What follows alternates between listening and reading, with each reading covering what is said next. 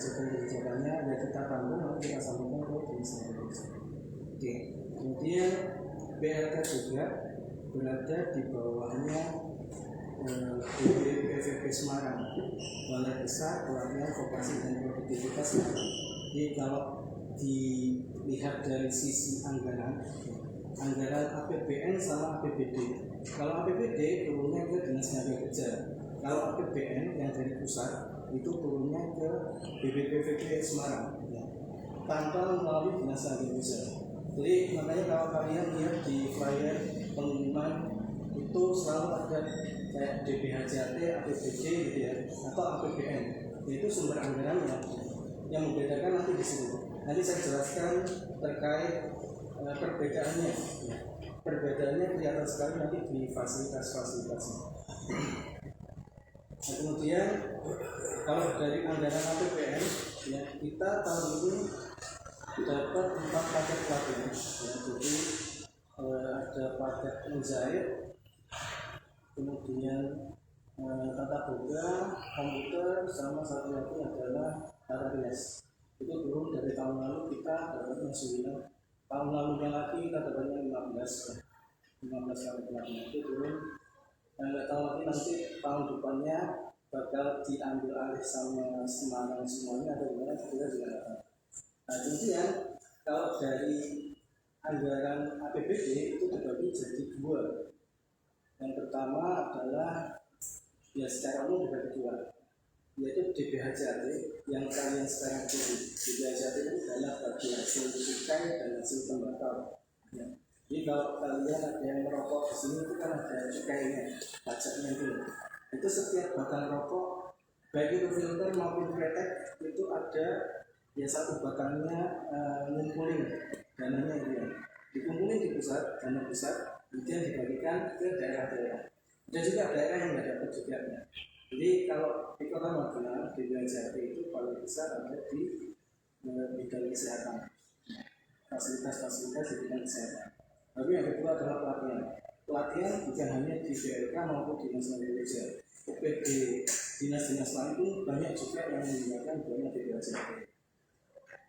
Nah, kemudian dari dana APBD yang lainnya adalah namanya mungkin kalian sudah pernah dengar kalau yang tahun lalu itu RKM, ya, rencana kegiatan masyarakat yang per RT 30 juta. Nah itu kan diambil dari situ. Kalau sekarang namanya sudah ganti jadi Pro Damai.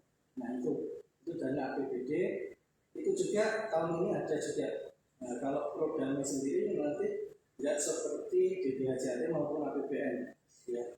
Mereka mengusulkannya ke RT, di mana tiap RT itu batasannya adalah maksimal 2 orang per tahun, ya, untuk mengajukan peserta pelatihan. Mengajukannya tahun ini ya biasanya di musim bang, kemudian tahun depan baru pelatihan. Itu program. Jadi nggak ada yang namanya seleksi lagi, nggak ada lagi. Jadi mereka dipanggil, dikasih pemberitahuan, yang siap ya sudah ikut pelatihan tanpa ada seleksi. Tapi kalau dana DPHJT dan APBN kita dibatasi. Jadi per kelas itu hanya 16 orang. Kalau yang daftar lebih dari 16 tidak ada seleksinya. Meskipun cuma 16 tok yang mendaftar, tetap kita bakal seleksi juga untuk apa? Cari bakat, potensi sama minatnya dan juga jadwalnya. Jadwalnya ini bisa menyesuaikan jadwal pelatihan atau enggak. Jangan-jangan lagi kuliah, jangan-jangan lagi kerja dan lain sebagainya. Ada juga yang seperti itu, nekat daftar meskipun sedang kerja, dan itu kan yang nggak bisa ya, atau yang sedang kuliah. Makanya ada seleksi wawancara. Jadi jadi kami ya, kayak kalau anak kecil itu dapat uang satu dari orang tuanya, biasanya ibunya ngasihnya dari ibu ngasih ini hanya untuk jajan, jangan beli mainan. Bapaknya ngasih lagi ini untuk beli mainan, jangan jajan. Mbahnya ngasih lagi ini ditabung dan lain sebagainya. Itu anggarannya seperti itu. Jadi meskipun pelatihannya nanti barista sama-sama barista, tapi sumber anggarannya berbeda, fasilitasnya juga berbeda. Nah, jadi bisa dipahami sumber anggarannya, kemudian jenis-jenis pelatihannya, dan juga juga sebagian besar nanti pelatihannya akan dilaksanakan di daerah. Meskipun kalau yang programnya itu bisa juga dilaksanakan di kelurahan-kelurahan, kemudian di sekolah, ya. Karena keterbatasan tempat ya kita menggunakan tempat-tempat yang bisa kita gunakan untuk pelatihan. Di LPK juga itu. Oke, dari jenis pelatihan sumber anggaran ada yang mau ditanyakan ya? Masih paham ya? Saya jelaskan seperti ini supaya kalian nanti paham. Kalau sampai di rumah kemudian ketemu tetangga, kemudian saudara tanya tentang pelatihan, dia bisa jelaskan itu. Jadi jangan sampai malah terjadi rancu lagi, miskomunikasi lagi. Oh, ini pelatihannya ini ternyata barista aku ini sehingga ini wah rambut main pasti di. Nah, jadi timbul bola liar yang tidak jelas arahnya. Kita seperti itu, makanya kita jelaskan seperti itu. Oke, lanjut kita ke inti dari pembekalan, yaitu informasi apa saja yang berhak kalian terima sebelum mengikuti pelatihan. Jadi fasilitas-fasilitas yang diterima kalian selama mengikuti pelatihan kalau di KJAT tahun ini uang transport sudah tidak ada ya. Kalau tahun lalu itu masih ada uang transport 25.000, tahun sebelumnya 50.000. Sekarang mau jenengan ikut pelatihan di dinas pariwisata, dinas pertanian dan sebagainya, kalau yang anggarannya di BHJAT pasti juga tidak ada uang transport. Satu kota Magelang.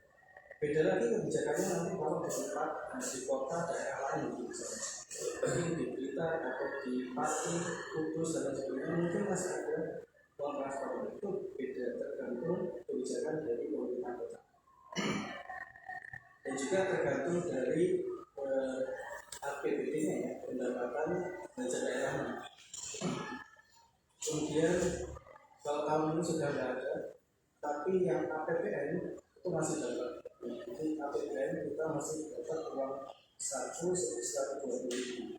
Kalau yang tahun lalu itu 15.000, tahun lalu nanti 25.000, tahun sebelumnya pernah waktu COVID tidak pernah ada juga uang transport. Kalau dengan mungkin tanya kenapa sih nggak ada uang transportnya, sebenarnya juga kami sebagai pelaksana pelatihan itu sedikit kecewa juga ya, karena sakit juga kalau yang memang butuh pelatihan tapi datang ke sini terkendala ongkos akhirnya nggak datang. Ada beberapa yang untuk pelatihan itu yang juga minta bantuan dari keluarga, maksudnya pinjam untuk transport, nanti dikembalikan waktu uang transportnya cair gitu. Itu ada yang seperti itu. Saking memang mereka nggak mampu tapi ingin ikut pelatihan gitu ya, kita kasihannya di sini. Tapi di satu sisi banyak yang protes ya. Saya dapat uang transport tahun lalu 50.000 ya sebelumnya itu ya. Kemarin protes ini kok tahun ini berkurang jadi 25.000. Banyak yang protes seperti itu, kebijakannya bisa rasanya untuk uang transport aja daripada banyak yang protes kayak gitu. Akhirnya seperti itu, kebijakannya seperti itu. Kemudian fasilitas berikutnya adalah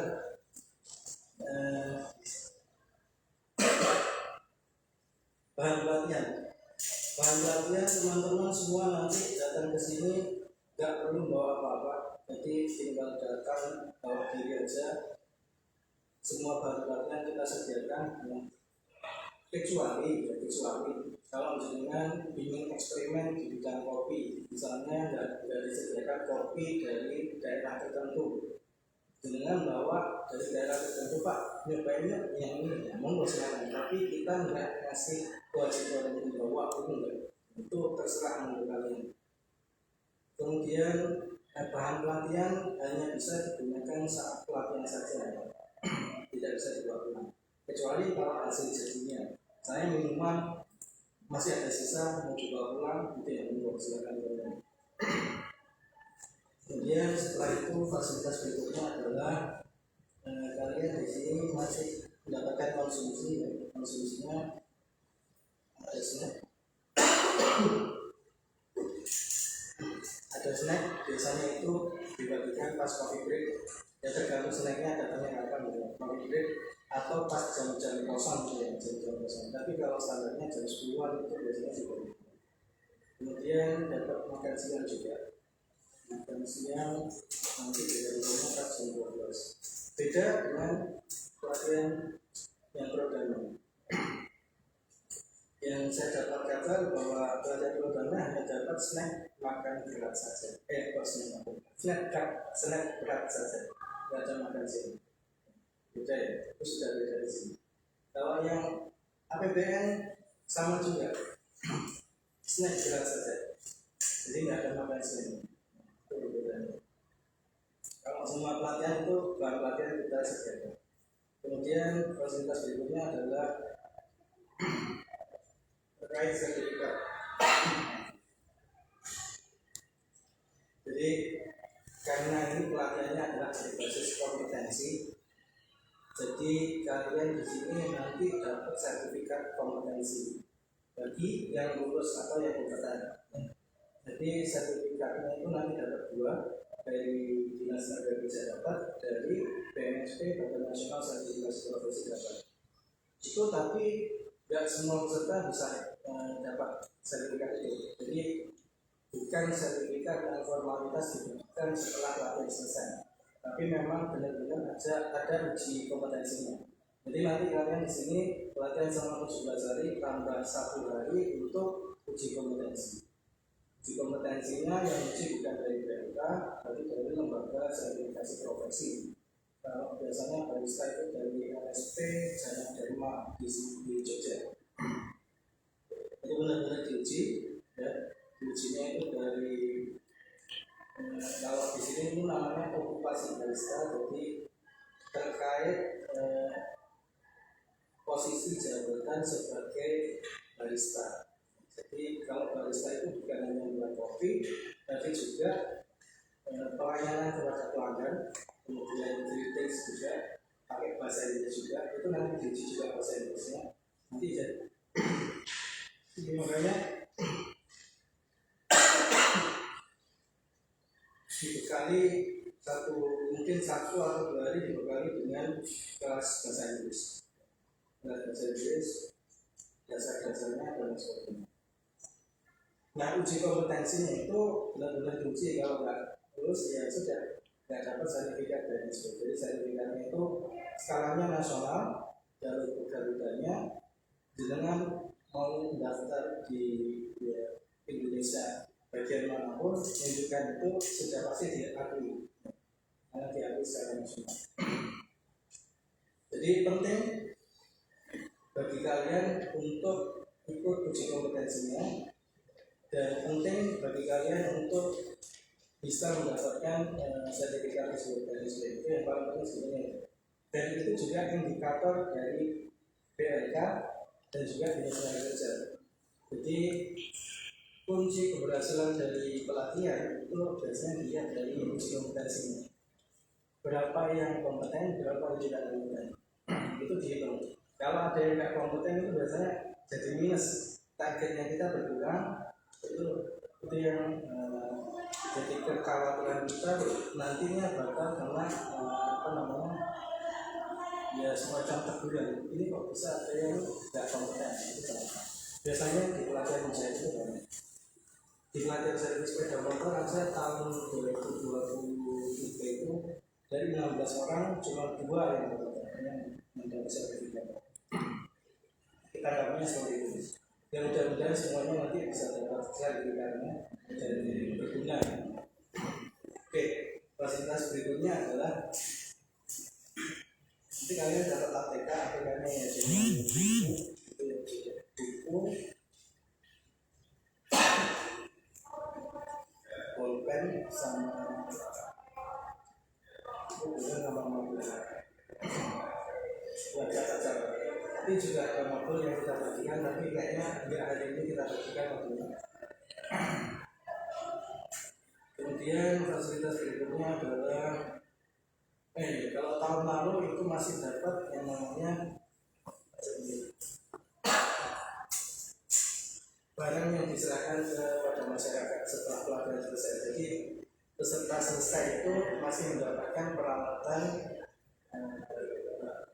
Ya, salah satunya kalau tahun lalu dapatnya adalah blender dari Korea di Bank kita. Tahun sebelumnya dapat grinder manual yang kecil. Nah, kemudian tahun ini nggak dapat apa-apa. Beda dengan program lain, nanti masih dapat peralatan. Kalau programnya dapat peralatan, kalau yang ini baik BPJT maupun APBN nanti